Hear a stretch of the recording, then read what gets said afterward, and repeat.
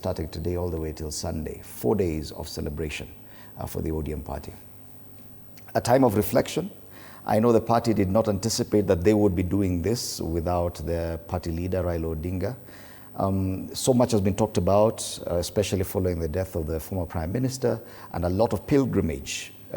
We've seen many people going to Bondo, but now the focus moves away from Bondo to something else. And according to one of the cartoons, they have caricatured ODM as an orange, but already blindfolded by UDA party.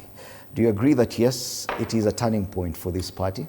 And probably the events of the next few days could determine a lot going forward about the future of the party. I think initially, when the Prime Minister was still around, the late Prime Minister, the 20th anniversary celebrations were meant to prepare themselves for the 2027 elections.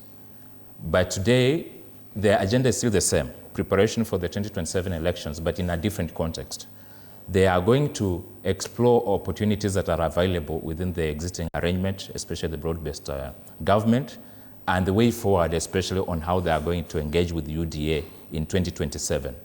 I'm not seeing them thinking outside that arrangement, because as far as the situation is concerned, ODM is much more comfortable within the current setup with partnership with UDA.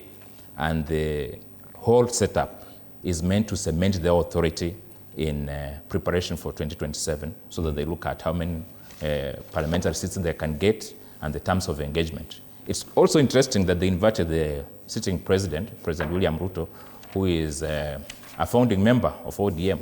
They were together in 2005 when they came up with the Orange Democratic Movement after the referendum of November 5th, 2005. So when he joins them, he'll be like at home. He's like a part of the membership. Don't you think that kind of influence? And again, it's so obvious that the friendship is inclined towards him, because Honorable Kalonzo Musyoka, also having been a founder member, was invited and he publicly declared that he was not going to attend. He declined. He had been invited privately by the late Honorable Raila Odinga, but he decided to make it public that he was not going to attend. So it's obvious that there's a likelihood that they are going to cement the kind of alliance that is there between UDA and ODM, and it will be a very serious political machine going forward towards 2027. Yes. Of course, there are very notable dissenting voices from what he says ODM has already agreed on.